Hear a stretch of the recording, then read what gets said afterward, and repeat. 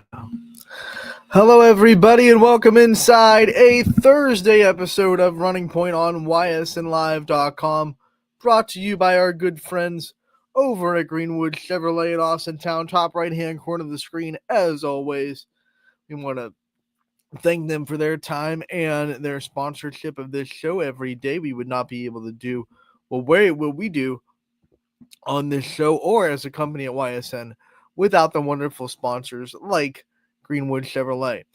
We have a great show for you today. We're going to roll right into basketball previews today because there's not a lot of games to recap yesterday. What we will talk about first, though, is yesterday was signing day for a lot of athletes across the YSN family.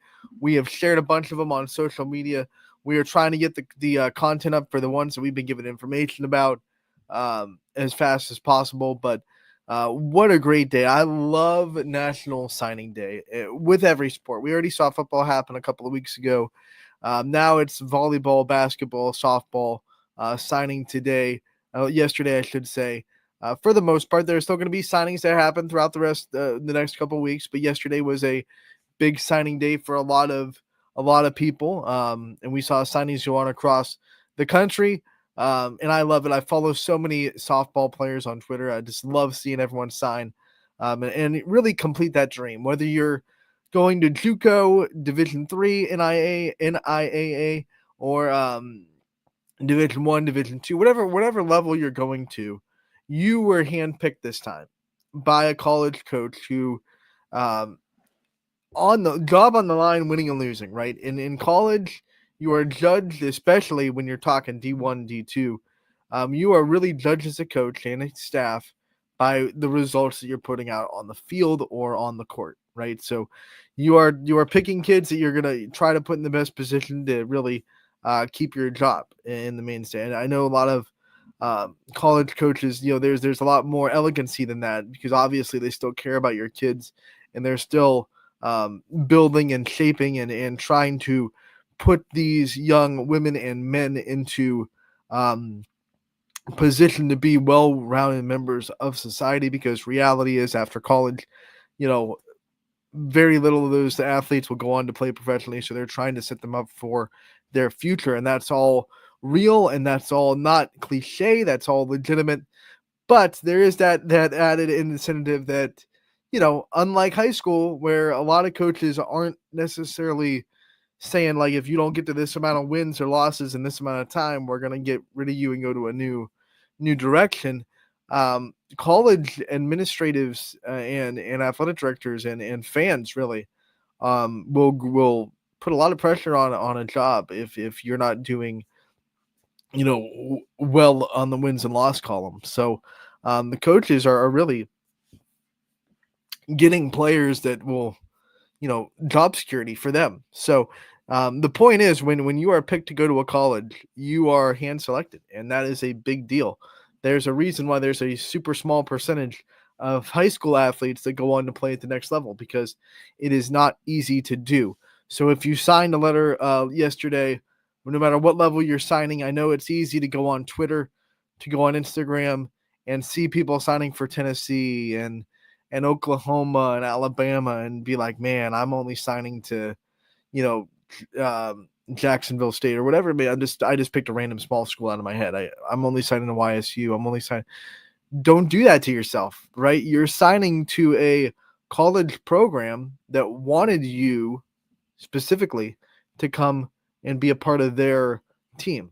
That's not high school. Like, I mean, there are cuts in high school, but at the end of the day, high school is not like, a coach can just go across the Tri-County area and be like, I want you. That doesn't happen. You have to kind of, you're, if you go to that school, you're kind of locked into that program, right? So, um, college is a very special athletics achievement. So if you signed a letter yesterday, basically, I'm talking in circles now, but if you signed a letter yesterday, you achieved something awesome. You achieved something awesome. Me and Ty Bartell got to go down to Austintown Fitch and see their signing day. Marcel Finkley, their awesome basketball standout that's averaged over 15 points per game last year and is looking to do even better his senior season. He signed on to continue his athletic career at Pitt Johnstown, the Johnstown campus at Pitt. So he will continue that. And I think he has a really good chance because that is a feeder program to, D1 Pitt. There's a really good chance that he goes out there and he, makes a name for himself there and gets noticed really quickly by the Pitt basketball staff because there's so much that kid can do on the court that is just God-given ability. One, I mean, he works hard, absolutely, but there's that it factor that some people have, some people don't. And I've watched Marcel enough. I haven't been able to do a lot of his games live because Ty has Fitch on lockdown, of course. But I've been able to do a couple of his games live, and I've watched some broadcasts, and I understand like there's that it factor that he has that other people just you can't teach, you can't coach. I think Coach Beanie would say the same thing. There's just something about Marcel that's there that's not in everybody. And that's going to shine brightest when you are around other people that have that too. It kind of feeds your fire in your belly when you're around a bunch of people on a court that have that exact same factor that you have. And I think he's going to shine at the next level, absolutely. And I can't wait to see what he does his senior year. I mean, he's got a season to look forward to. Now he's signed on, so a lot of that stress of trying to impress college coaches, where am I going for my future? It's gone. So this senior season, Marcel can just focus on what can I do to make Fitch as good as possible. I mean, he was huge in that win over Walsh last year in the playoff, in the tournament, I should say. Playoffs only for football. But in the tournament, winning against Walsh by a slim margin, 74-68, he was big time in that game, and he made a lot of key buckets and down the stretch to help them win. So, that being said, Marcel, we want to wish him the best of luck. And then, of course, Sydney Watts also signed on yesterday at Austintown Fitch to continue her career at Georgia Tech. I had nothing to do with it. There's no collusion going on. I swear, luck of Anthony being a fan. But man, what can you say that we haven't said about Sydney, right? I mean, best pitcher in the area by far. Gatorade Player of the Year in the state of Ohio. So a lot of people would say best player in the state of Ohio based on that award. I mean, that award is not given out lightly. They do a lot of digging and a lot of research and a lot goes into the Gatorade Player of the Year in every state. So Sydney Watts gets that honor. She gets all the YSN postseason awards that you could possibly get: Pitcher of the Year, Player of the Year, MVP. Almost 1,000 career strikeouts. Almost 1,000, almost 100 career RBI. Right there. Just everything that she's been able to do at Fitch, back-to-back state champions. I mean, no big deal, right? Not like a lot of people get to do that. Go back-to-back in state. Just a phenomenal career, and she's going to go down to Georgia Tech this spring and start her softball career at college a little bit earlier than expected. She had the opportunity to graduate early and then go down there and start with them in the spring. And that's going to be really fun. I know Georgia Tech softball a lot. Like I get what their program is and where their program's at. And a lot of people are asking me because they know that, like, what are her chances to start? And I'll tell you what, last year, Georgia Tech lost two senior pitchers that were, I would say, their best starters per se. They had a couple of other girls that they would use to start, but you know that they're a lot more comfortable in the relief category coming out of the bullpen late in games. So that they'll be there. But now with Sydney coming in and with Carter Wachtel being there after a full fall in her first year, they have a couple of pitchers that are coming up in the ranks, and I think also there are a couple of sophomore pitchers that they used a little bit last year that are going to get starting opportunities. But now you can put those older pitchers that are really thriving when they're in the relief role, when they're coming out of the bullpen, they're locking teams down. That's where they're mentally comfortable at. So you can use them where they're best, where they shine. And you can have some of these younger pitchers come up and be your starters, and that's a double-edged sword, because obviously when you're young, you can get a little bit caught in the lights of what that level of softball is, but there's also not a book on you, right? So these teams that you're going up against don't really have a scouting report on freshman pitchers, and even the sophomores that they're bringing up. Michaela Caulfield comes to mind, who's just a great pitcher that came in relief a couple of times, a handful of times last year, and really pitched well. Got out of a lot of jams. Really pitched well with base runners on base. So when you have players like that, and then there's not a lot of there's not a lot of there's not a lot of info on them, right? So that's kind of an advantage for the pitcher, and we're going to see how that goes. Georgia Tech released their conference schedule earlier this week, so we do know that Sydney Watts will be playing at Pitt in March. So that'll be a big local crowd, I think, when you come to Pitt down the road, March 21st to 23rd.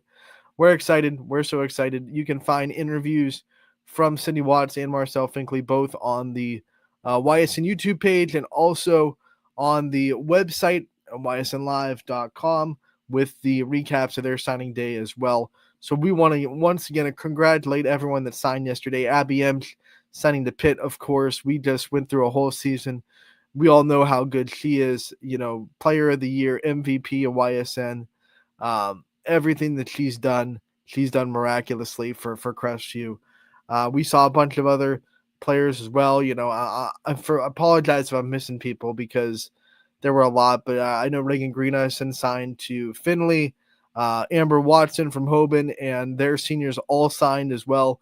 Amber Watson to Fordham. Skylar Schmidt signed to Mount Union. They had Cal University signed too. You got David Del Toro from Boardman sign on to Walsh.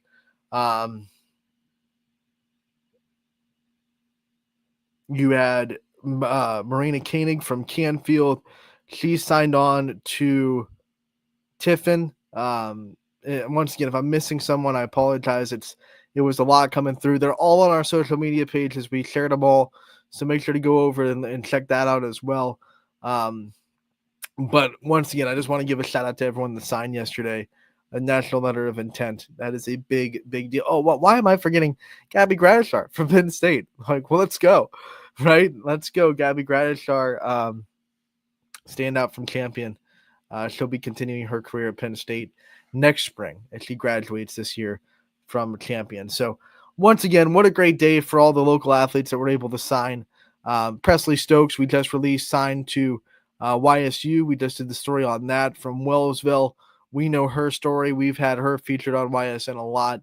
Everyone knows what she's about, and I think she's going to be a huge asset to that YSU program. And that YSU program is starting to get some local talent, which I always like. I like when they kind of feed into the local scene of volleyball. I think there's actually a lot of volleyball players coming up that are freshmen and sophomores that have the ability, that hopefully are on YSU's radar, that when they get into their junior year, YSU can talk to them a little bit, because I think there's a hidden diamond. There's some hidden diamonds in volleyball in the area, and I get that we're not the teams that are going to state yet, but there's a lot of really good players, and I hope YSU gets a few more of them on their radar as the years go on.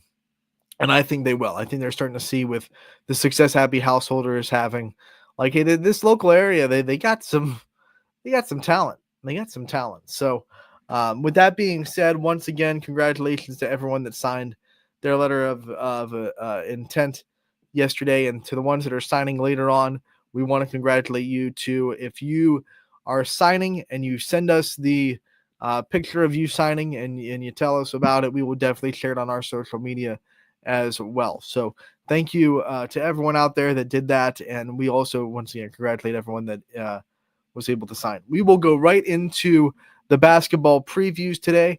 We have 3 of them that we're going to play on today's show.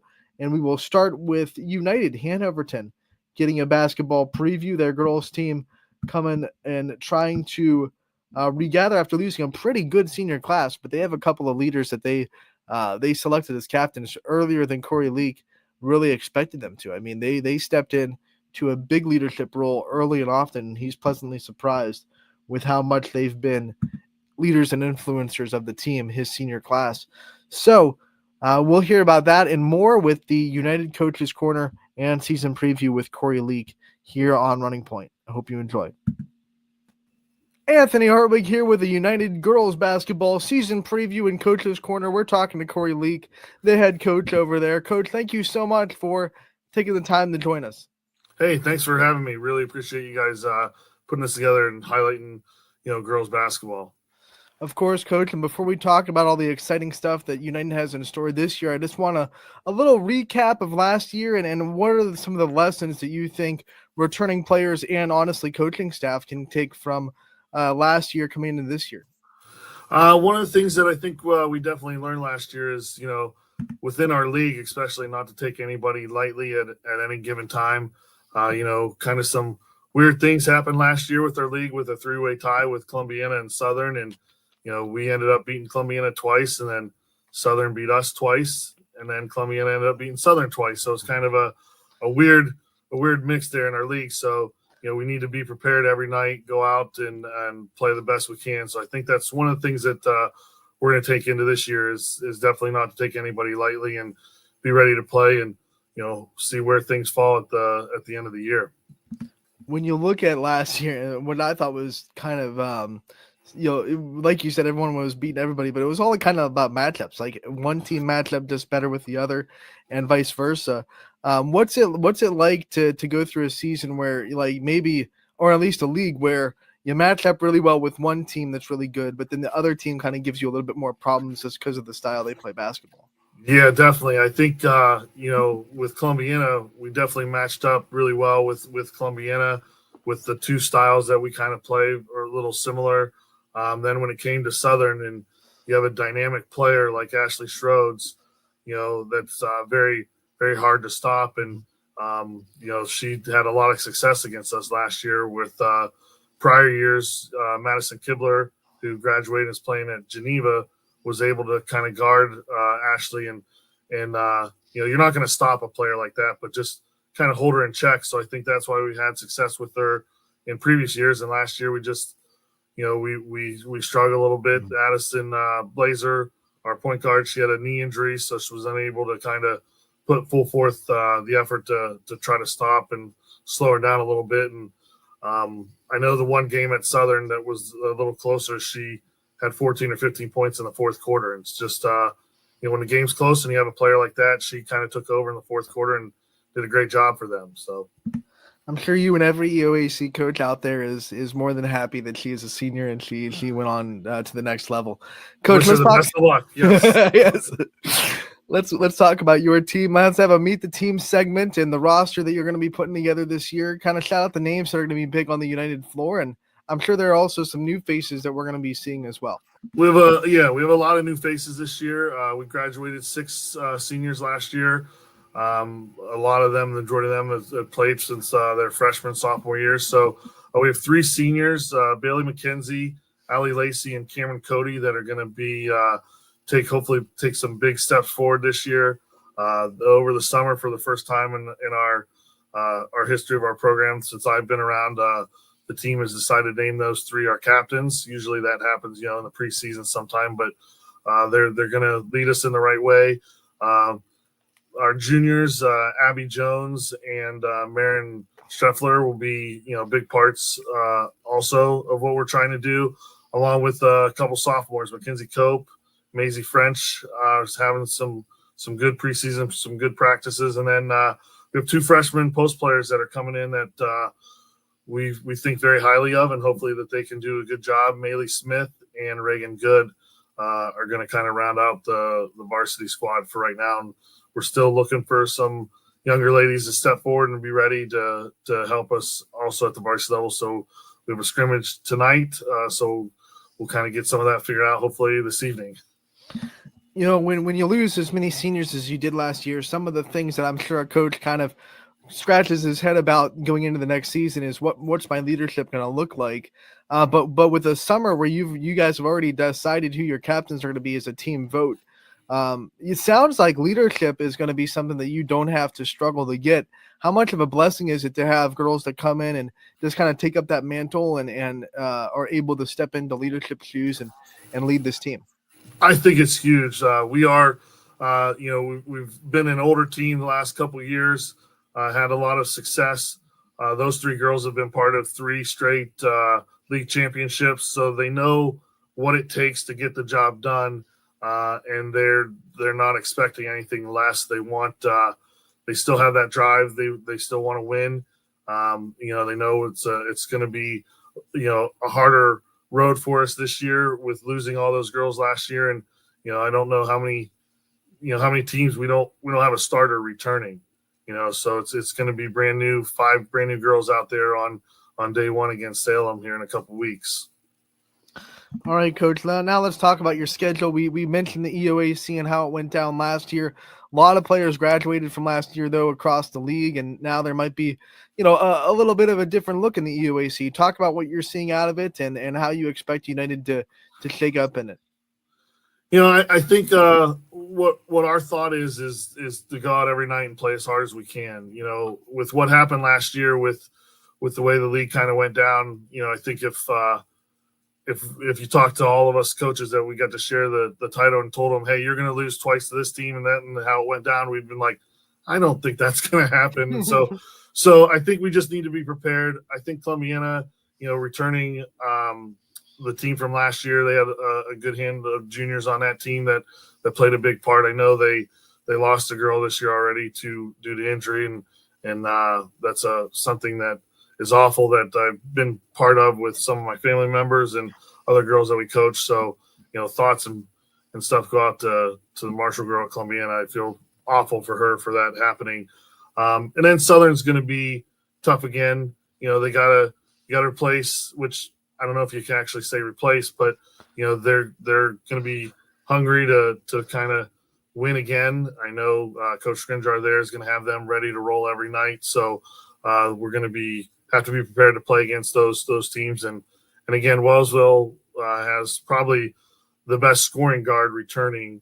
And Bella, she's averaged around 20 points a game. So when you have a girl like that, you're going to be in most games. And Lisbon and East Palestine with the new coach, we'll see what they bring to the table. And then you have Valley Christian and Latonia that I know they'll come out and be ready to play every night also. Coach, with so much on the line in conference games, it's more, more pressure. But then when you go non-conference, it's all about just trying to get yourself ready for tournament time. Talk about the non-conference schedule this year, some teams that pop up on it, and how much do you think it'll get you ready for the tournament time down in February? Yeah, non-conference schedule is a tough gauntlet this year. We have starting out with Warren JFK. Starting out with Salem and South Range, we get those 2 games at home this year. Not sure what Salem's going to really bring to the table with a new coach and everything. I know South Range, we were lucky enough to escape there last year with a 2-point win. But Warren JFK is going to be really good. They only graduated 1 senior last year. We also have them kind of looking at our schedule here, so sorry I'm looking away. Beaver Local, we have them on the schedule twice. Marlington's a new team on the schedule, so that's a different style of basketball, same league as Salem, and then round out with East Liverpool, who they have a big post player that we'll deal with the Headley girl from East Liverpool. Coach, I have to say, when I looked at your schedule and I saw Marlington, I got really excited because not a lot of smaller schools have the, for lack of a better term, cojones to go into a team like that has gone to regionals, that is winning culture and test themselves in a game that really You want to win, but win or lose, it's Yes. just getting you ready. Talk about getting them on the schedule and what kind of excitement that is for you. It is exciting. We want to, we've been lucky enough that we've had some really good teams the last couple of years, and we want to challenge ourselves, and that's what we want to continue to do as we grow as a team together and stuff. So we want to try to put together, especially with the new face of the 7 divisions. We're going to be in the Division 6 area, so I'm not even sure who we're going to play yet. Haven't really looked any of that stuff up, but to play. Marlington, who's a bigger school than us, and Salem, with the league that they play in, it just I think will help us prepare us for our own league games that we want to compete with, and then definitely down the road in tournaments when we're playing schools that are our size in the tournaments. That'll help us out there also. Coach, usually in these season previews, we wouldn't even touch tournament time. It's way too early. But because of the expansion, I do want to get your thoughts. We heard rumblings of an expansion of divisions last year. It came down. It was official. When you kind of first heard that they were going to 7 divisions in basketball, what were your thoughts? And how much do you think it'll open doors for United to kind of play more comparable schools to their size in the tournament? My first thought was I wish they would have done this 2 years ago. So we had a really good squad, 2 years ago with Madison Kibler and Taylor Cope as seniors, and would have been fun to kind of go through that with them. So for this year, though, it is exciting to know that the gap will be a little bit closed. Last year we played Villa Angela St. Joe's, so in the year before lost to Gilmore Academy. So it's going to be nice to have that gap closed. Hopefully not as far as trips that we might have to take to go play somebody, but I think it's going to be more exciting. I think you have maybe some more teams from the area that will make a run. I know Southern in our league last year, they were in the district final game. And Columbiana always makes a run. So we want to be up there with those 2 teams and kind of make a run. And, we've always talked about it every year. It's always nice if you're the last team in the county playing, because then the newspaper kind of has to cover you because you're the only team in town playing. So that's always our goal, is to be the last team playing. How far we have to get to do that is always determined how each team's seeding goes and everything. And YSN will be there all the time too, Coach. You got that right. Absolutely. But you've been a part of these previews before. You know how we end them all the time. We want to give you the chance to talk about your coaching staff. We know that you don't do it alone. You might get the interviews, the limelight, but we know that you have a team of people in this program from middle school on up that help you make United what it is. So let's talk about your staff, who you have working with you this year, and some names that are helping you build up this program. Yeah, so at the middle school level, we have returning back both coaches from last year, Stacy Zines and Todd Charchette, will be doing the middle school. Expect a lot of big things from our middle school program. We have a lot of young, good, hungry players down there, so we expect them to have a lot of success this year. And it's nice having the 2 coaches returning, so the girls are ready to go from day one down there. And then at the high school level, Tim, I can't believe I'm losing my my train of thought.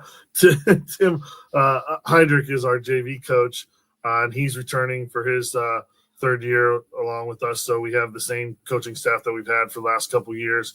Tim's doing a great job. We have 21 girls out this year, so we have a lot of dividing the court and being able to go 5-on-5 at each end and go at each other a little bit more than we have. So Tim's, doing a great job with the JV girls down at the other end of the floor. And then Scott Cope is a varsity assistant. And again, he's been here with his daughter being a player, and him being around the program, was a great player at United back in his day. And then my dad also is an assistant coach with us. And, I could sit here probably for another 15 or 20 minutes if you wanted to and talk about everything my dad's done for me within coaching. Everything that I have learned and know is come from him. He's coached for over 30 years in the area, from Southern local to United, Sandy Valley, some different schools that he's coached at. So just a wealth of knowledge from him, and I'm just very happy that he still wants to stick around and help us out. Coach, we want to thank you so much for coming on and talking to us about the season. You know how excited we are. The official start date for the girls basketball season is a week from Friday. But, Coach, when's your first game? When's the first chance that your fans can come out and see you guys play? We play on the first day that you're allowed to play on the 22nd of November. We play at home against Salem. JV game will kick off at 5:30 with the varsity game to follow. That's right. That's how United does it. First day. Let's go. No waiting out there early. Yep. No waiting around. I think did you play South Range last year on the first day, I think? We did. Yeah. That might have been Saturday. I don't know if it was Friday or Saturday. I remember that game was a wild defensive struggle that you escaped to South Range with. So hopefully for the fans, get another thriller this year too with Salem. Coach, we want to thank you so much for coming on and talking to us about the season. We wish you the best of luck this year, and we'll see you down the road. Yes, for sure. Thank you very much for having us, and thank you guys for everything you do with the coverage that you for our school and our kids. And I know our parents and families around and not even in Ohio enjoy being able to watch their youngsters play. From different parts of the country. That was Corey Leak from United in the girls basketball program, looking to make more waves in the EOAC, break that three-way tie that we saw last year in that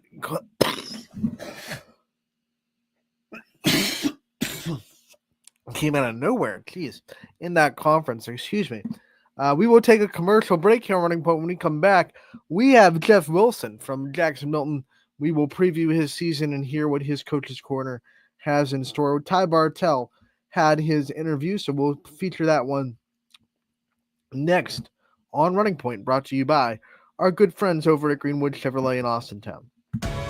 21 News delivers the news as it happens, using the latest technology from where it happens. Live here outside the Mahoney County. On air, online. Wednesday afternoon weather update. Very dangerous. And on the 21 News social media platforms.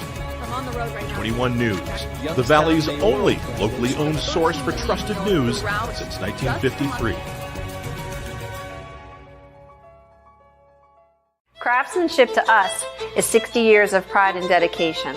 Passed down from generation to generation. The hardwood floors that your kids take their first steps on. The solid wood doors you quietly close at night. The things we create day in and day out are the products that end up turning your house into a home. At Baird Brothers Fine Hardwoods, uncompromising quality and craftsmanship built our business. And it will keep us moving forward for generations to come. Going the extra mile at Greenwood Chevrolet means we want to take care of the community that takes care of us too. And we have to work together always. And that's how you stay in business for 40 years. I love being a helper because when I help somebody, it makes me feel good. It means a lot that I can make a difference in others' lives. So I will do everything I can and just being there for them every step of the way. I want them to know within the first 5 minutes that they could depend on me. That's what going the extra mile means, only at Greenwood Chevrolet. Before the lights come on, before the workday begins, before a long day is ended, or it's time to have fun. It all starts with the people at Joe Dickey Electric. From replacing a light fixture in your home to building a substation for your business, no job is too big or too small. The people of Joe Dickey Electric power them all. Joe Dickey Electric, over 60 years of powering the Mahoning Valley.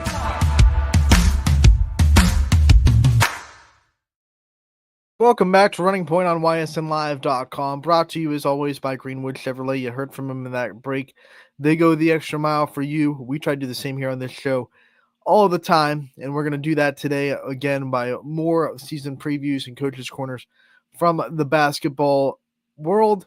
And we go to Jeff Wilson, the head coach over there in Jackson Milton.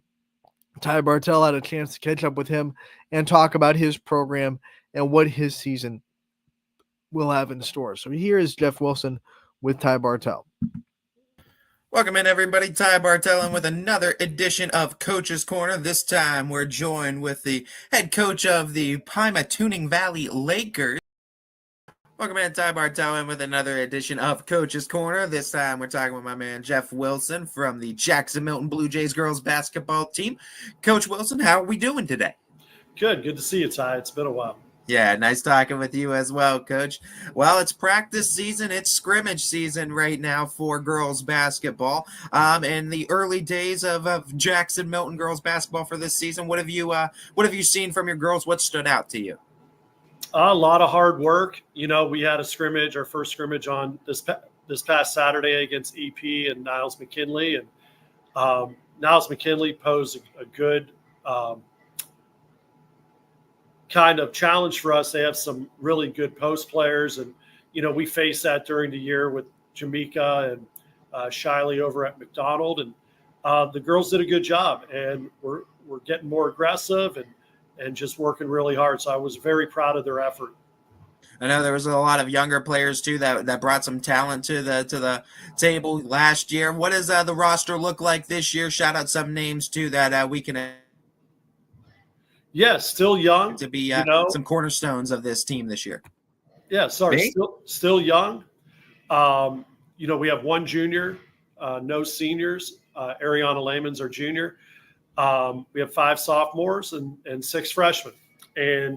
But you know, starting 5 are Amanda Yassine. She was first team all conference last year, and you know, we go as Amanda goes, and she's a great kid. She's a captain, returning captain, and a sophomore, and you know, led us in steals, blocks, rebounds, assists. You know, just a great all-around player.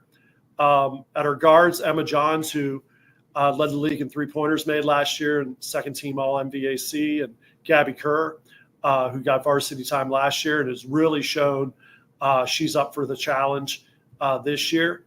And our lady in the middle, Olivia Newhart, she's getting bigger, stronger, more aggressive. And Nora Schwarten, you know, regional runner across country, is our 4, and she's a great all-around player. And then a couple freshmen, you know, Emma Hunt is a name that, you know, I keep bringing up. She'll be our first girl off the bench. So, you know, a lot of young girls, and, you know, it's a good problem to have. They work hard, and they're doing great.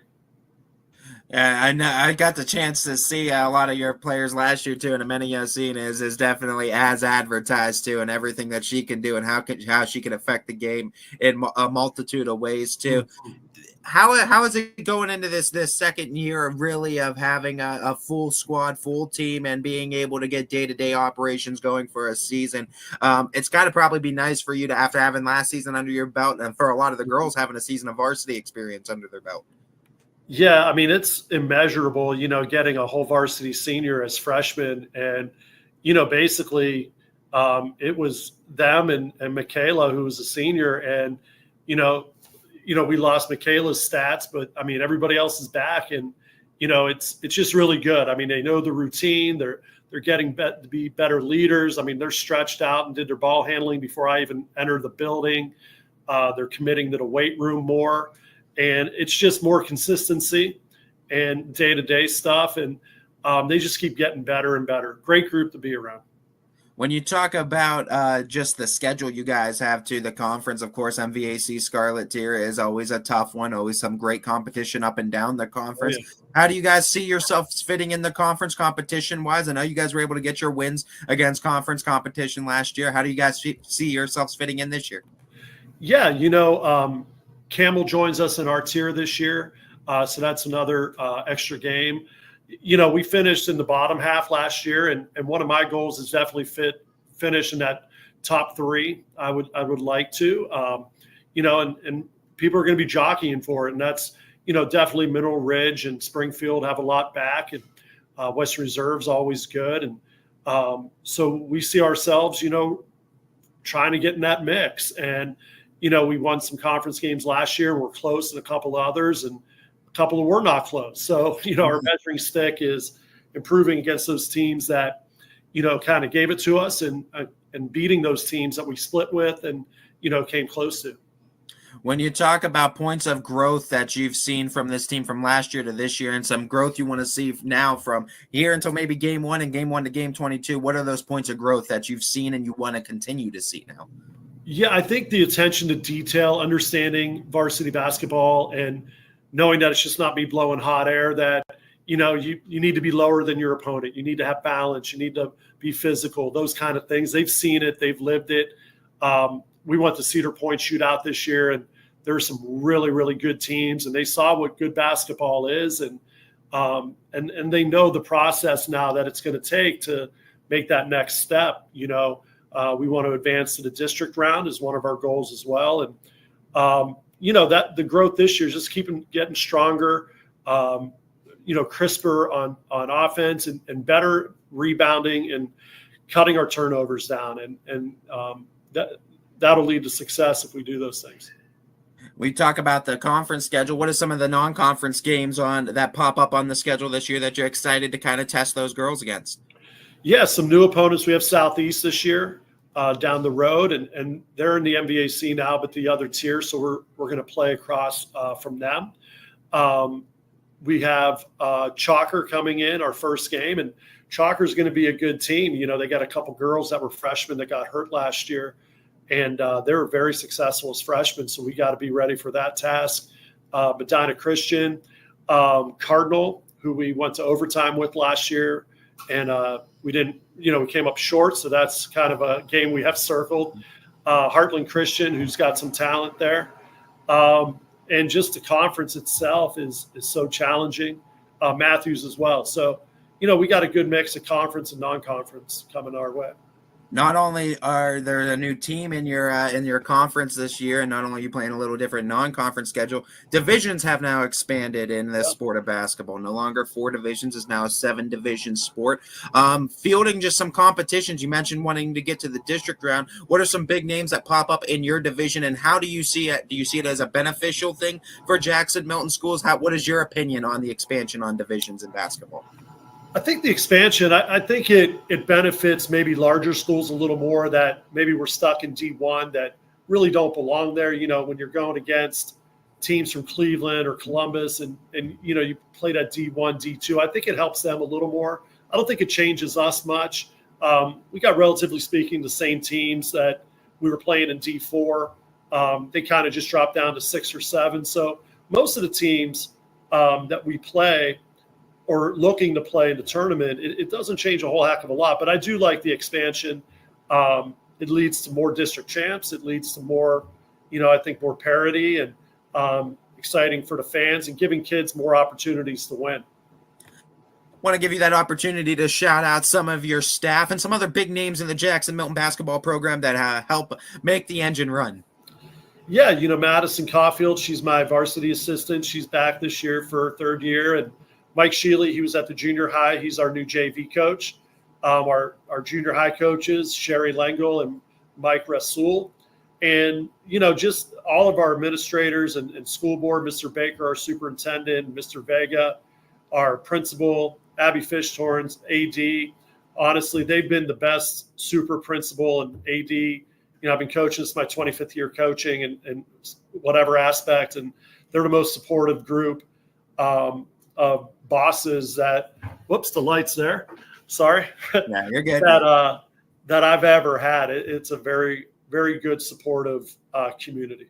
When you talk about taking on the challenge of being a coach for a team that didn't have a team the year before when you took the job too, and kind of building things up from the foundation and now seeing where it is and continuing to grow, what do you see yourself as a coach for the program right now too? Talk about that challenge a little bit too, and talk about how you've seen it grow now.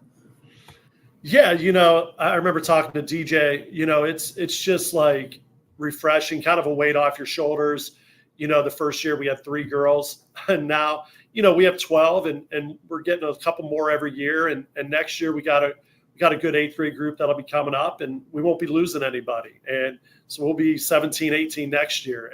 And that's a lot. I know numbers are low all around, even for D1 and 2 schools. And, from what I'm hearing, and it's such a blessing to coach here and, to build that up. And it couldn't happen without the help of the administrators, our ADs, the kids and their families, coaches, but the kids and their families are what it's all about, to stick with it and to keep pushing through and to keep going. And And also my wife, she probably thought I was nuts taking a job with 3 kids, in the program, but she's so supportive, and now my children get to see it and enjoy it as well. And, we couldn't be happier here.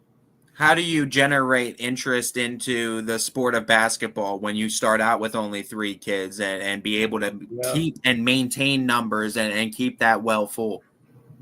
Yeah, it's hard. Basketball is a tough sport, and you can't be good at one thing and not good, defensively, for example, and stay on the court. And it's hard to sell kids that. And I think a lot of patience and working with them and teaching and just knowing that they were young when I took over, and not to play with kids' gloves, but to understand that they're going to make mistakes, they're going to mess up, they're going to, have meltdowns, they're going to do all those things, and just kind of being patient with them.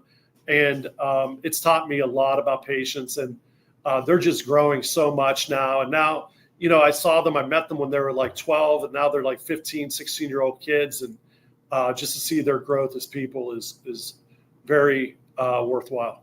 That's awesome to hear. And one of my themes this year for Asking Basketball Coaches is the lessons the game taught you. You guys are all teachers of the game. You've taught a lot of young ladies, and in your case too, young men as well too, in your experience coaching basketball. But I want to know, what's the biggest lesson the sport of basketball has taught you? I think the sport of basketball has taught me about it takes everyone to make something good. You could be in business or teaching or in broadcasting, like at YSN. I know you guys got a great group of people there. At any organization, I think basketball teaches you the team aspect, that if everybody's on the same page and everybody knows their role and accepts their roles, and not to be glory hounds and not be in it for themselves, but in it for the betterment of the group. I think that's what basketball's taught me the most. When you look at this season too, I want to give you basketball season reminds me of Thanksgiving, just because girls and boys basketball starts right around that time. So I want you to shout out your first game, tell the community where they can catch you guys, and also shout out your favorite Thanksgiving dish. Our first game's at home against let me think. We moved it. So against Chalker on November the 25th, I want to say, or 24th to 25th, whatever that Monday is, and 24th. That's the Monday. Yeah. No, I'm wrong. 25th is the Monday. So it's definitely the 25th. My fault. Sorry. I'm not a math teacher. No, you're good. You're good. It's home against Chalker here at Jackson Milton High School at 6 p.m. And, I'd love for a lot of people to be there. And my favorite Thanksgiving dish is, my mom's stuffing that she would make is definitely tops. That's been the number one pick, consensus number one pick amongst coaches too. I've been saying with gravy. Yeah, turkey gives you the protein, but the stuffing gives you the flavor. Yeah. That's where all the flavor is too. Put me to sleep. Put me to sleep. Coach, I'm excited too. November 25th. Make sure you catch the Jackson Milton Blue Jays too. I'm excited for the continued growth from this younger team too, and seeing what they can do on the court this year. I wish you the best of luck, Coach, and I'm excited to see what you guys are able to do. Yeah, me too. And as always, thank you and to YSN. And yeah, we'll keep pushing through and get better every day. Well, within due time, we'll see each other on the hardwood there real soon. This has been a first edition of Coach's Corner with Jeff Wilson from Jackson Milton Girls Basketball. Thank you.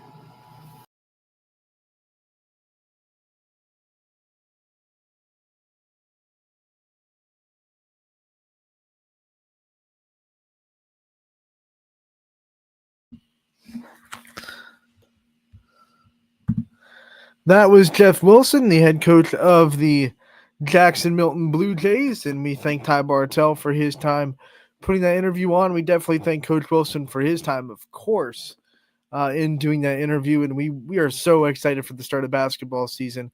A week from tomorrow is when the girls start. Boys start on November 27th, right around the corner. But before we go, reminder that tomorrow, playoff football still there. We're not done with fall sports.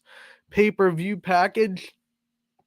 We'll have all the games that are video broadcasted, available for you. I mean, the audio one will be available too, but you don't have to pay for it. You can get that one for free if you're an Austintown Fitch fan. Fitch versus Walsh will be audio only because Spectrum Sports will be there. They have video rights with the OHSAA, so if they're there, we have to do audio only. That game, it'll be on the playlist. So if you buy a pay-per-view package from one of the other games, you'll be able to still listen to it. But if you're out there and you only want the Austintown Fitch game, you do not have to pay for that one. That one will be free for you since it's audio only. But all the other games that we will be featured on our pay-per-view package. One payment of $9.99 gets you access to every game on the playlist. So make sure you get out there and you're getting that once again early. So if there are any technical issues, you can work with us to get them fixed before kickoff. We tell our announcers to be live at 6:45 for the pay-per-view playoffs because for that reason, so you can know if there are any issues going down before kickoff. It's going to be fun. We'll kind of talk about those games tomorrow. We'll have more basketball previews as well, and we'll be back on Running Point. Thank you so much for tuning in today.